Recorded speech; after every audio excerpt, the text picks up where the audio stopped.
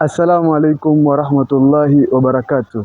Ni siku nyingine tena ya kuendelea na gurudumu letu la kufunza somo ambalo tunalienzi sana, somo la Kiswahili. Karibu katika methali ya leo katika kipindi cha Sauti ya Darasani.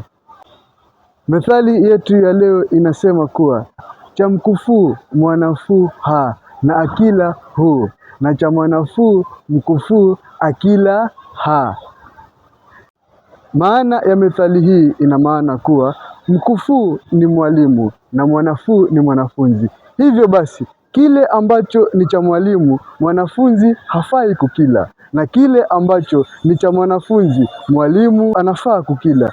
Ina maana kuwa katika haya maisha mambo yote yanaweza kuwa sio sawa. Kila mtu yuko katika nafasi yake. Lazima ujikubali, lazima uwajibike na uweze kujituma. Uhakikishe kuwa malengo yako yanaweza kufikiwa. Kwani siku zote ukiangalia mwalimu na mwanafunzi wote sio sawa. Ingawa kuwa mwalimu amepitia ile nafasi ya mwanafunzi. Na sisi pia walimu bado ni wanafunzi vile vile katika miktadha mingine mbali na haya ya kufundisha shuleni. Hivyo basi ni lazima sisi tujue kuwa katika haya maisha kila mtu katika ngazi tofauti. Lazima uheshimiane, uheshimu mtu katika kazi yake, ujue kuwa kila mtu amepangiwa jambo lake.